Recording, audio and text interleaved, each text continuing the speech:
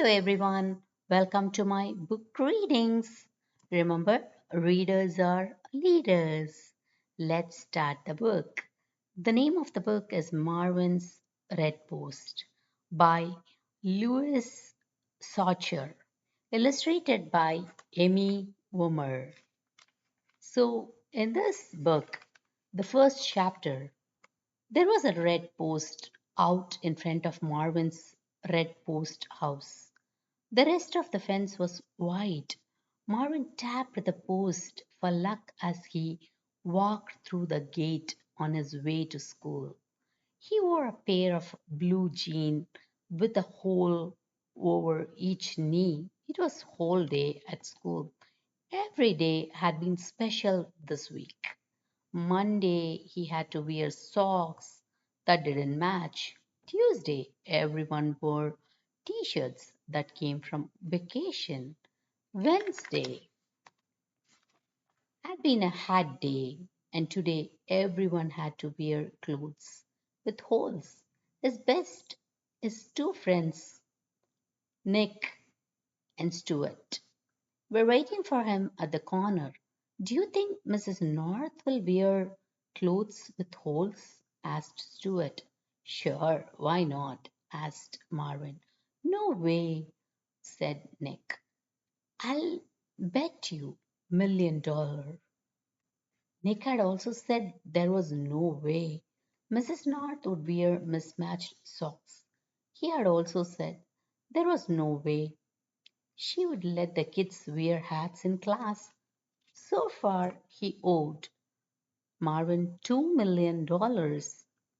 Nick was wearing a t shirt that had a large hole under his right armpit. It had been torn in a fight. She probably doesn't even own any clothes with holes. Nick said, how could a teacher get holes in her clothes? Moth, said Marvin. She might have a wool sweater. Moths eat wool? Actually, moths don't really eat wool. Stuart pointed out. Everybody thinks that. But really, it's the caterpillar that eats the wool. Stuart was wearing a t shirt that also had a large hole under the right armpit. It had also been torn in a fight. It was the same fight. Nick and Stuart had fought each other, but now they were friends.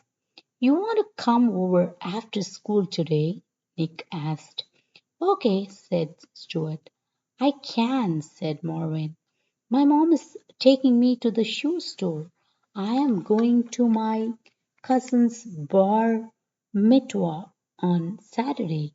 When they got to school, everybody they saw had holes in their clothes. Jarvis wears a shirt that was more holes than it was shirt. Clarence had a hole in his sneaker and his socks, so his big toe stuck all the way through. You should clip your toenail, said Marvin. You should clip your mouth, said Clarence. That didn't really make sense, but Marvin got the point. Clarence was the toughest kid in his class. The bell rang, everybody lined up and went inside. Mrs. North was waiting in the classroom. She had a large hole in her shirt over her stomach. Marvin stopped and stared. He could see Mrs. North's belly button. Nick now owed him $3 million. That's funny. Let's go to chapter 2. Chapter 2 of Marvin's Red Post. Casey Appleton usually sat at the desk next to Marvin. She was absent today. Marvin was disappointed to see her desk empty. She was a funny girl and she knew she would have liked a whole day. I must say, said Mrs. North, you are all so well dressed today. I've never seen a better looking group of third graders. Everybody laughed. How would you get a hole in your shirt? Kenny asked. I was working in my garden, said Mrs. North. My shirt got snagged on a thorn from the rose bush. Marvin nodded. He should have guessed we should dress this way all the time, said Judy Jasper. That way nobody would feel bad if their parents were too poor to buy their new clothes. That's a good idea, said Mrs. Narth. Marvin thought so, too. And the holes keep you cool on the hot day. Stuart pointed out. You're right, said Mrs. North. Marvin agreed. Holes made perfect sense. He wondered why nobody had thought of it before. A child voice came over the PA system. Please raise for the Pledge of Allegiance. Every day a different kid got the lead. Every day a different kid got to lead the school in the pledge. That's Casey, said Judy Jasper. Marvin recognized Casey's voice as she recited the pledge. She sounded very serious. He put his hand over his heart and said it along with her. When Casey came back to class, she told Mrs. North that Mr. McCabe wanted to see her. Mr. McCabe was the principal. Did he say why? Mrs. North asked. Casey shook her head. Casey wore a t-shirt that was a way too big for her. Marvin guessed it was her father's. Not only did it have holes in it, but it also had paint spilled on it. Mrs. North told the class she would be gone for only a minute. She said they expected everyone to behave and to use their time wisely. After she left, Nick said, I bet you Mrs. North got in trouble for wearing torn clothes. No, Mr. McCabe is also wearing a torn clothes, and said Casey, I saw his elbow. What did it look? Asked Judy. Pink and bumpy, said Casey. Casey had a ponytail that stuck out of the side of her head inside of the back. She sat down next to Marvin. The ponytail was on Marvin's side. Sometimes when Casey laughed really hard, her ponytail went around in circles. Mrs. North was gone for a lot longer than a minute. When she returned, she had a very strange expression on her face. She looked lost. She opened her mouth but didn't say anything. Are you all right?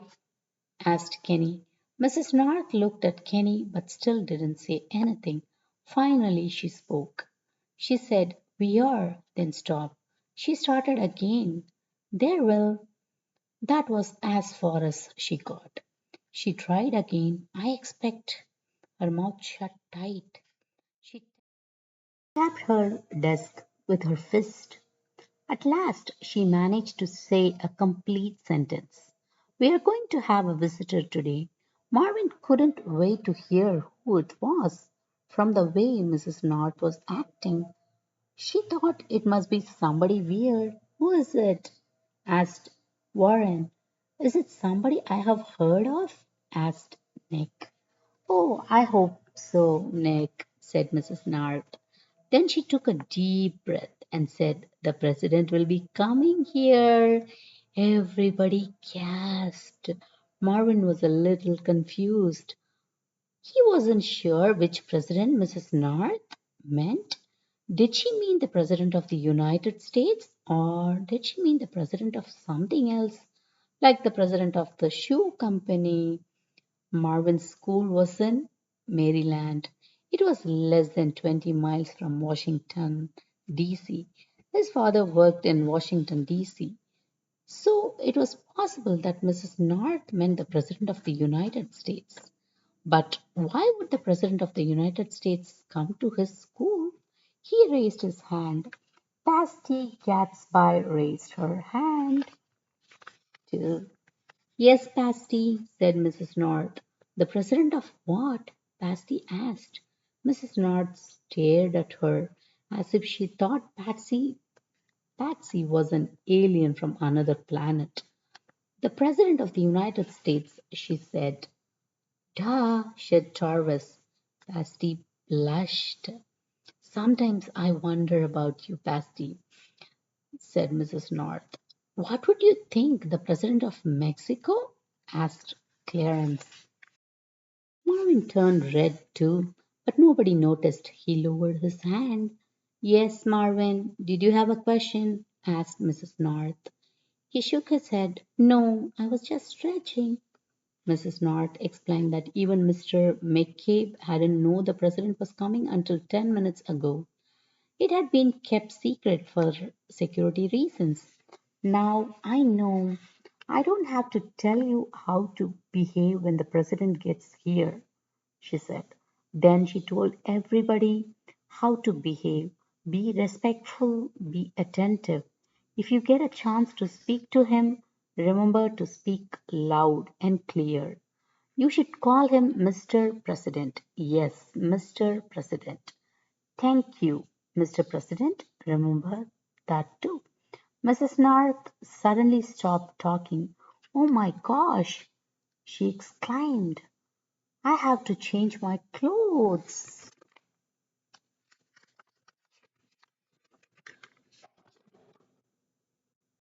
Chapter 3 from Marvin's Redpost by Louis Sachar.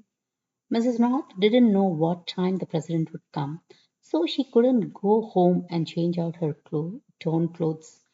I hope it's not during recess, said Nick.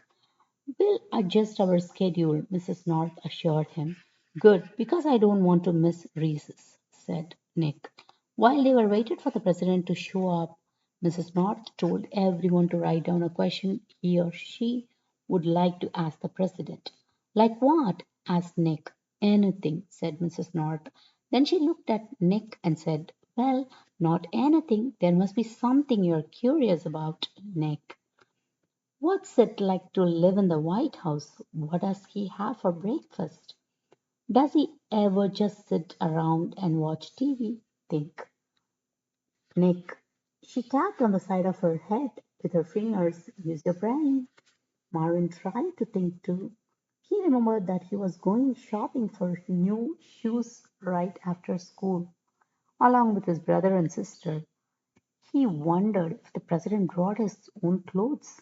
It would be pretty strange. He thought for the president just to walk into a store and try on a pair of shoes. But if someone else bought them for him, they might not fit, or he might not like the color. He wrote down his questions. Do you buy your own shoes? No, that's stupid, he decided. He thought he should ask the president something more important. He should ask about war or pollution. He tried to erase what he wrote. He looked over at Casey. She had her finger in her mouth. Then she took it out, picked up her pencil, and wrote very fast. She laughed, then wrote some more. It was a long question. Her ponytail bounced up and down. What will you ask him? Marvin asked. I'm not telling you, said Casey. Marvin wrote down a new question. Are we going to get into the war anytime soon? He hadn't done a very good job erasing the old question. His paper was messy and hard to read. He hoped the president wouldn't see it. Does spelling count? Asked Judy. You're not being graded on this, said Mrs. North. It is not a test, it is an opportunity. Try to make the most out of it. Clarence raised his hand and asked, does the president have a dog? Why don't I don't know, said Mrs. North. Maybe I want to ask him his dog's name, said Clarence. But first I have to know if he has a dog, don't I? Well, why don't you ask him if he has any pets? Suggested Mrs. North. Oh, yeah, said Clarence. Thanks. Marvin wrote down his second question. What are you doing about pollution? He was still trying to think of the third question when the classroom door opened. Marvin dropped his pencil. 4. A tall man stepped into the classroom. Marvin stared at him in awe. He was pretty sure it was the president. He was certain he would see the man's face on the news. Marvin's father watched the news every evening before dinner. The man was tall and wore a suit and tie. He looked very important. Behind him was a woman carrying a big camera. Channel 2 was printed in big letters on the camera. Marvin stood up. He put his hand on his heart as if he was saying the Pledge of Allegiance. He could feel his heart beat. Are you the president? Asked Kenny. The man laughed. So did the woman holding the camera. What an idiot, said Heather. Don't you even know what the president looks like? Said Gina. Da, said Nick. Kenny blushed. Marvin, why are you standing? Asked Mrs. North. Just stretching, said Marvin. He sat back down. Did you get that on camera? The man asked the camera woman. No, she said. All right, let's do it again, said the man. I will walk in again and you. He pointed to Kenny. What's your name? Kenny, said Kenny. I will walk in and Kenny, you ask me if I am the president? I'm trying to look cute. Kenny seemed very confused. No, he will not, said Mrs. North. The man looked at Mrs. North's belly button. Who are you? He asked. I am Mrs. North. This is my classroom. Who are you? The man seemed surprised. He didn't know I am Clark Roger from Channel 2 News. Well, Mr. Roger, said Mrs. North, I do not like the way you walked in without knocking. You disturbed my class, and I don't want you embarrassing any of my students on television. Now, if you want to stay, you may wait quietly in the back of the room. Otherwise, you will have to leave. Clark Rogers stared at her a moment. Mrs. North stared right back at him. Sorry, he said, and he and the camera woman moved to the back of the room. Marvin felt very proud of his teacher. Chapter 5 from the Marvin's Redpost by Louis Sachar. More news. People came from other TV stations. They all crowded into the back of the room. There were 3 television cameras and also a photographer from the newspaper. Mrs. North went ahead with the arithmetic lesson. They had been learning to add big numbers. Mrs. North put a problem on the board. She said the numbers out loud. 63,888,227 plus 17,106,547. Marvin mouth dropped open. He had never heard anyone add such a big numbers. Marvin, said Mrs. North, would you like to come to the board and give us the answer? He closed his mouth.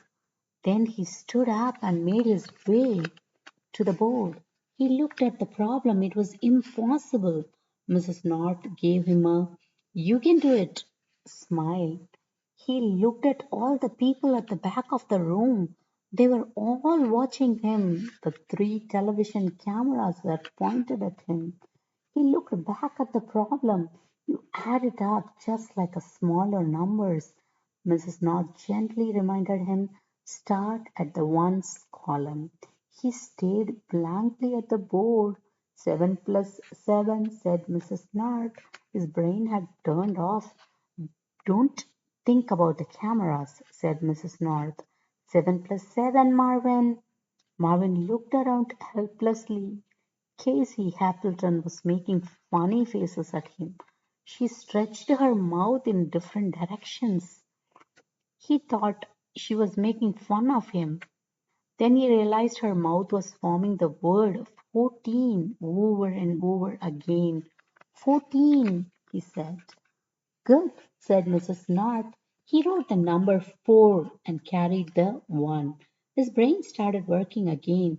2 plus 4 is 6, plus 1 is 7. Then put 7 in the next column. He carefully went through the problem one step at a time. He was almost finished when there was a knock at the door.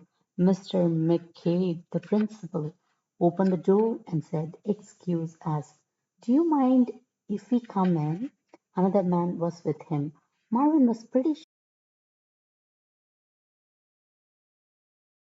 Mrs. North said, "Welcome." She wiggled her hand behind her back, signaling the class to stand. Marvin was already standing, but he stood straighter. Everyone clapped as the other man walked into the classroom. "Thank you," he said. "Please sit down." Marvin didn't know what to do. He didn't want to disobey the president, but he had been standing before the president came. "This is Mrs. North," said Mr. McCabe. Mr. McCabe wore a long sleeved shirt.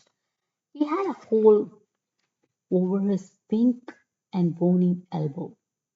"I have heard everything about you," the president said. He shook Mrs. North's hand. Marvin couldn't believe that his teacher was really shaking the president's hand. "Thank you," said Mrs. North. "I have heard. I mean, we are all delighted you are here." The president turned and looked at Marvin. "Those are big numbers," he said. Marvin didn't know what to say. "Did you add those by yourself?" "It's not finished," said Marvin. The president smiled. "Well, go ahead, finish." Marvin took a breath and exhaled. He looked back at the problem on the board. He'd lost his place. He had to start back at the beginning and add the numbers in his hand. He finished the problem. The president looked it over. "What's your name?" he asked. Marvin's brain had turned off again, then came back on. Marvin Redpost." "Good job, Marvin," said the president. He held out his hand. Marvin shook his hand with the president. Chapter 6 from the Marvin's Redpost by Louis Sachar and illustrated by Amy Wummer. Marvin returned to his desk. "Thank you for letting me come and interrupt your class," the president said. "I won't stay too long. I don't want you to miss recess." He smiled. "We don't care," shouted Stuart. "Stay as long as you want." Mrs. North gave the look to Stuart. Mrs. North said, "We'll get recess after you go away," said Nick. Mrs. North gave the look to Nick, too. Then she said, "We understand you are very busy, Mr. President. We appreciate any." There was a jar filled with marbles on Mrs. North's desk. As Mrs. North spoke, her hand swept across her desk and knocked the marble jar over. The marble spilled out and rolled off the desk and bounced onto the floor. The children in the front row scrambled to pick up the rolling marbles. The president helped too. Mrs. North's face was as red as the post in front of Marvin's house. The children put the marbles back in the jar. "I'm so sorry," said Mrs. North. The president dropped 2 marbles into the jar. Plop, plop, and said, "No problem." Everyone settled back in their seat. "You're probably wondering why I have come here today," the president said. Marvin had been wondering that. "Well, I want to talk about what it means to be a good citizen." "Who knows what a citizen is?" Lots of hands went up in the air. Marvin didn't raise his hand. He thought he knew what a good citizen was, but he didn't know how to say it. "Yes," said the president, looking at Melanie. "A person," said Melanie. "Very good answer," said the president. A citizen is a person, but is there a difference between a person and a citizen? Melanie shrugged. Anyone know? Asked the president.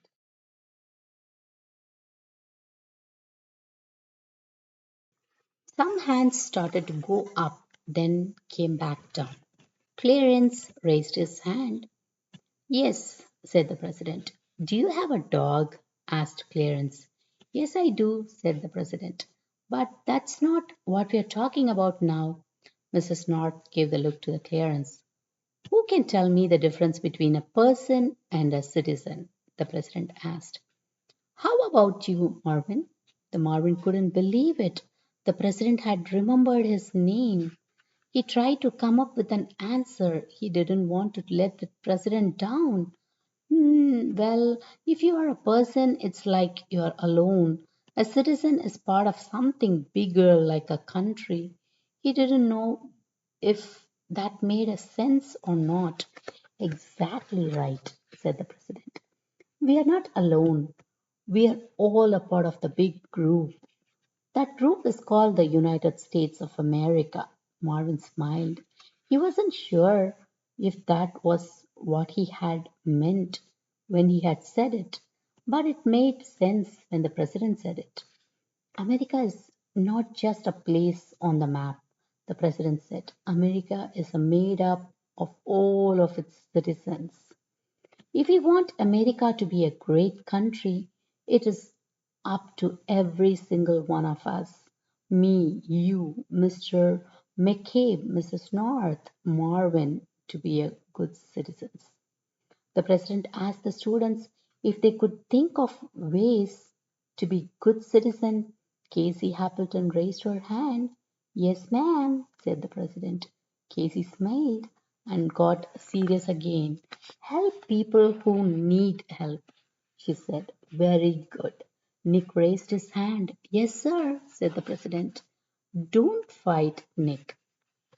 Excellent, said the president. Lots of hands went up in the air.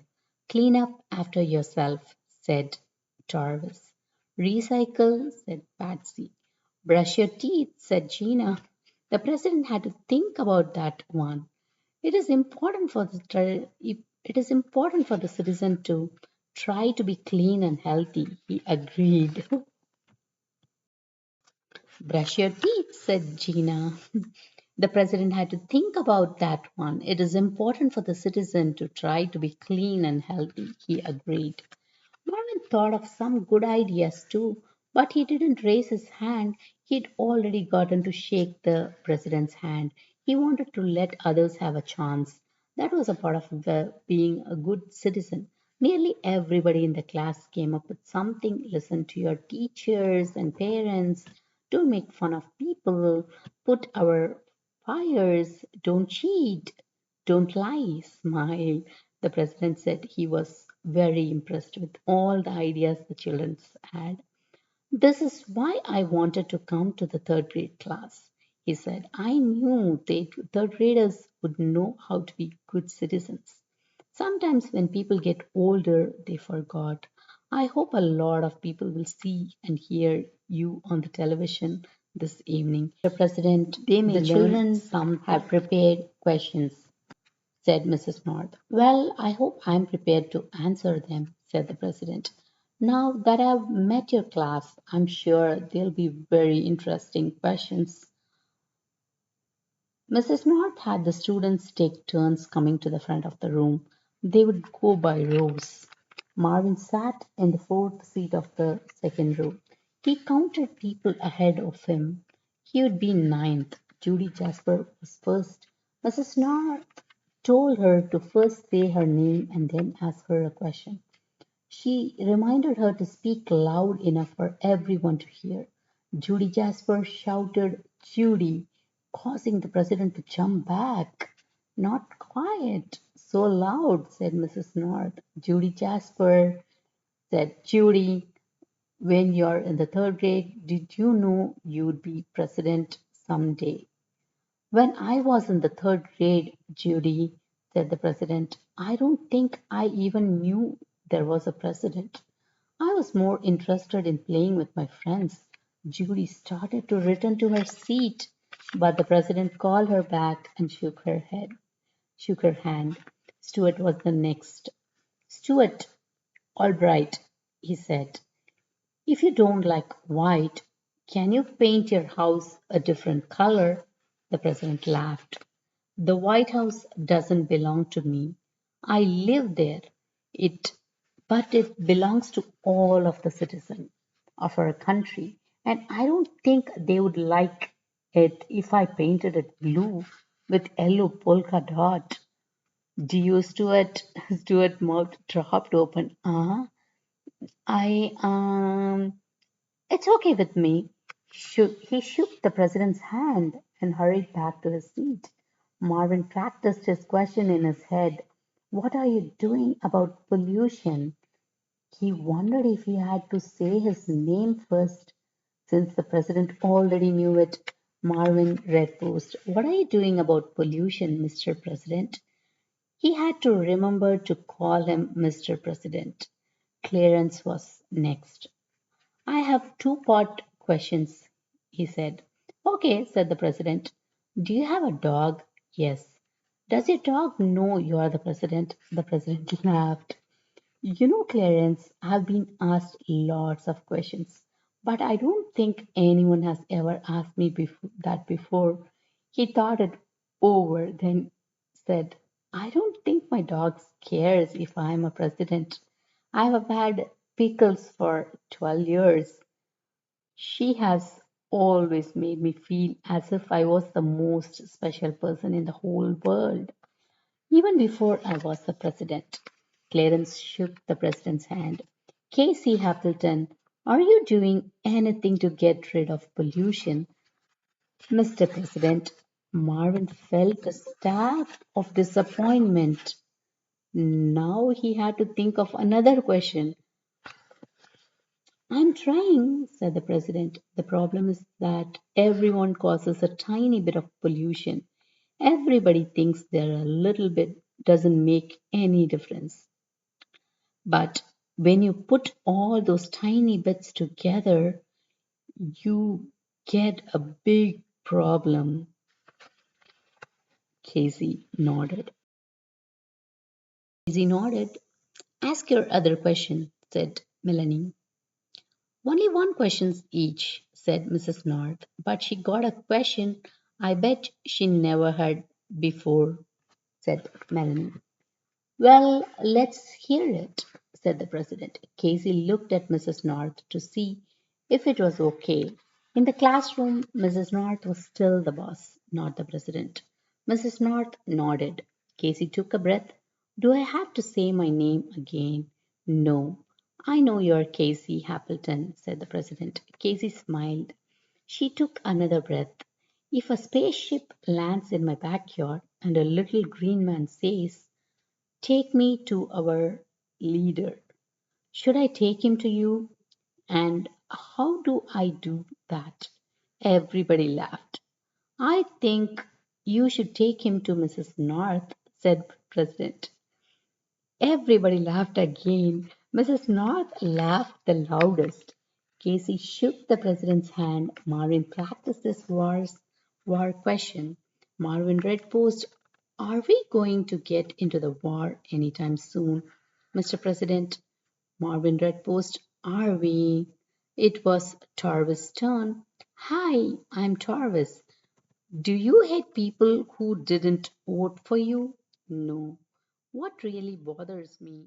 What really bothers me, Taurus, is when people don't vote at all. It makes me think they don't care about the country. Oh, good, said Taurus. Because my parents voted, they just didn't vote for you. The president shook his hand, Patsy Gatsby, and said, Patsy. She was the first person in Marvin's room. Are there ever days when you wish you weren't president? The president had to think a long time before answering that one. I know there are days when other people wish I wasn't president, he said. Like Tarvis' parents, said Patsy. The president smiled. It's not an easy job, Patsy, he said. There are times when it would be nice to take a hike or just watch TV or something, but I don't think I have ever wished I wasn't president. I feel very proud to have been elected to serve the citizen of this country. Patsy shook his hand, then turned to her seat. Nick Tuffle, when you go to another country, do you ever have to eat really weird food, pretend you like it? The president nodded. It happens a lot. I try to spread it around on my plate. So it looked as if I ate more than I really did. I do that too, said Nick. What's the weirdest thing you ever had to eat? Probably jellyfish? Oh, gross, said Nick. Nick didn't seem at all nervous talking to the president. They shook hands. Then he returned to his seat. Marvin was getting very nervous. It was Melanie's turn, and he was after Melanie, Mr. President. Are we going to get into the war anytime soon? Marvin Redpost. Melanie asked her question. Is there going to be another war? Marvin couldn't believe it. I hope not, Melanie. It's just like being a good citizen. You shouldn't fight. Our country is the citizen of the world, and we shouldn't fight either. Melanie shook the president's hand. Marvin slowly walked to the front of the room. Hi, Marvin, said the president. I'm sure you have got a real good question. Marvin didn't know what to do. All he had left was his shoe questions. Marvin read post, he said. He looked at the president, who was looking at him. Marvin was impressed by how kind and how he remembered everybody's name. Marvin hoped to be a president someday too. And he wanted to be just like him. Is there something we should be doing now if we want to be a president someday? The president nodded and smiled at Marvin. I think you're already doing it, Marvin, he said. Work hard, listen to the teacher, be a good citizen, all those things we talked about earlier. If you do that, then any one of you, Casey, Torres, Nick, Patsy, might be a president someday. The president put his arm around Marvin's shoulder. Take a good look at his bright young man here. You may be looking at the future president. Marvin could see all the cameras were pointed at him and the president. He tried not to smile. He didn't want to look goofy.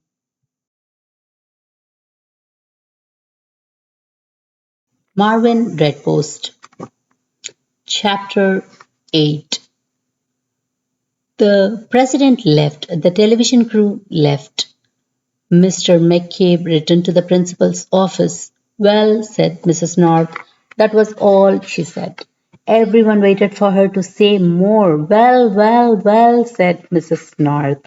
She walked from one end of the room to the other, then back again. Marvin's head was spinning. He couldn't wait to get home and tell his parents that the president had said he might be president someday. You guys were terrific, Mrs. Nard said at last. I've never been so proud. Was I a good citizen? Asked Clarence. Yes, Clarence, you were, said Mrs. North. You all were. Did we earn a marble? Asked Gina. When the children were good, Mrs. North would add a marble to the jar on her desk. When the jar was full, they'd go to the lake park. Mrs. North opened her desk drawer and took out her bag of marbles. She pulled out a handful of marbles and dropped them in the jar. Plop, ploppity, ploppity, plop. Let's go to the lake park, she said. Everyone cheered. On the way to the park, Marvin spoke to Casey. Thanks for helping me on the math problem.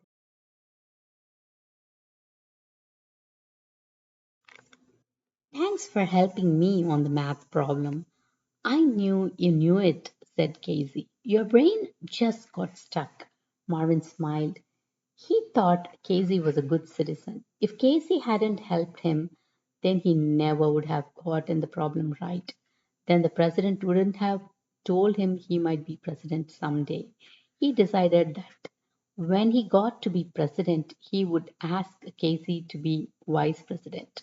Just so long as nobody thought he liked her. He wondered if she would still have a ponytail sticking out of the side of her head.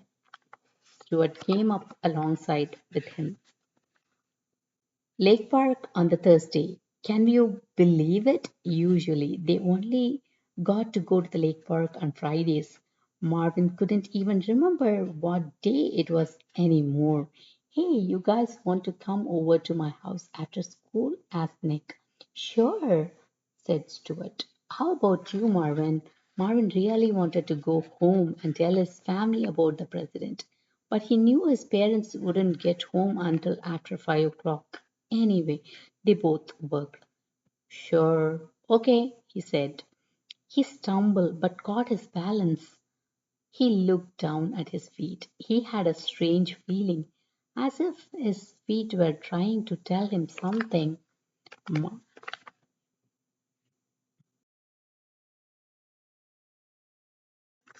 Chapter 9 from the Marvin's Redpost. Marvin came home late in the afternoon. He was tired from playing hard but still very excited. He walked through the gate, past the red post. Suddenly he remembered shoes, he said loud. He felt awful. It seems as if he was always forgetting something. He signed. He knew his mom would be mad. He had planned to leave work early just so she could take him shopping. Maybe she forgot to, he thought. He hoped Lindsay, his little sister, met him at the door. You better hide, she warned. Marvin slowly stepped inside. His mother was standing by the stairs. Her hands were on her hips. So nice of you to come home, she said. Sorry, said Marvin. Sorry? Asked his mother. Is that it? Marvin didn't know what else he could say. I forgot, he said. You won't believe what happened at school today. What was the last thing I said to you before you left this morning? His mother asked. Marvin sighed. You said to come straight home so we could go shopping for shoes. But I left work early so that I would be able to take you, said his mother. I had to rearrange my whole work schedule. Marvin's father came down the stairs. Don't you ever think about others? He asked. It was two against one. Lindsay, Jacob, and your mother sat around waiting for you. His father said, don't you think they had better things to do? I'm sorry, Marvin said again. I forgot all about it. But you won't. We finally left without you, said his mother. Now I'm going to have to take you to the store tomorrow, which means rearranging my work schedule again. I can wear my old shoes, Marvin offered. Maybe you should just go barefoot to your cousin's bar mitzvah, said his father. Maybe that will help you learn. Can I go barefoot too? Asked Jacob. He smiled at Marvin. Their parents didn't think that was funny. Do you know what time it is? His mother asked him. No, it's almost 6 o'clock, said his father. 6 o'clock? Asked Marvin. Quick, turn on the TV. His parents stared at him. His mother raised his eyebrow.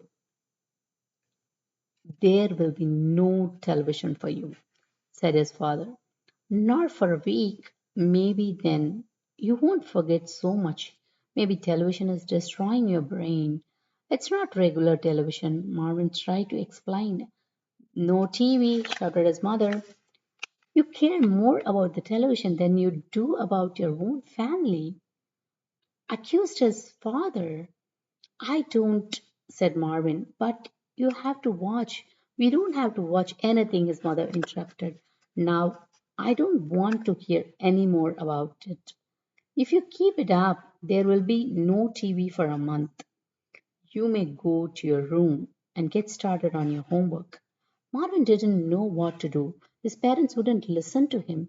They thought he was a selfish, rotten TV mush brain. He slowly started up the stairs. Lindsay caught up to him. You want to see my new shoes, Marvin? They are really pretty. They have bows and buttons. Marvin tried to smile. Down below in the family room, Marvin's father turned on the news. Marvin's heard the Clark Roger voice coming from the television. The president went looking for the good citizen today. Hey Marvin, that's your school, Jacob shouted from the bottom of the stairs.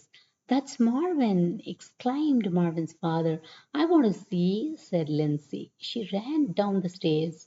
Marvin stepped down a couple of steps and leaned way over the banister. He saw himself on the TV adding the big numbers. Then he saw the president talking to his class. America is not just a place on the map. America is made up of all its citizens. If we want America to be a great country, it is up to every single one of us.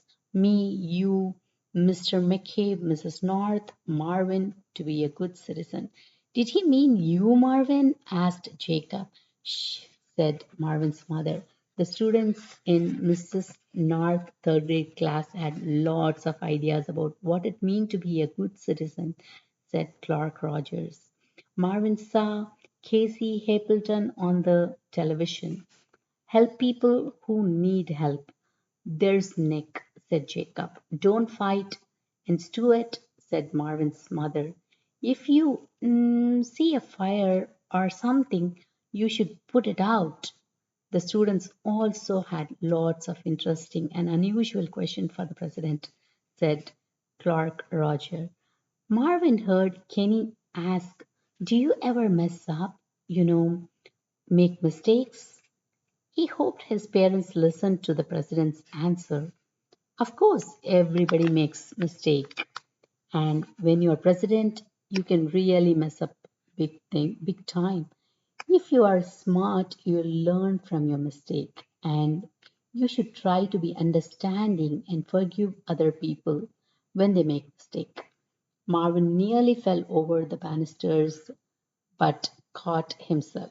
The children in Mrs. North's class were very impressed with their visitor, and I think the president was very impressed with the children, said Clark Roger. There's Marvin, screamed Lindsay. Marvin's trained to look. Is there something we should be doing now if we want to be a president someday? I think you're already doing it, Marvin. Work hard, listen to your teacher, be a good citizen, all those things we talked about earlier. If you do that, then any one of you, Casey, Jarvis, Nick, Patsy, might be president someday. Take a good look at his bright young man here. You may be looking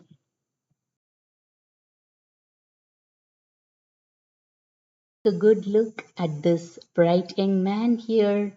You may be looking at the future president. Marvin's parents looked at Marvin first on TV, then on stairs. Maybe he wasn't so bad after all.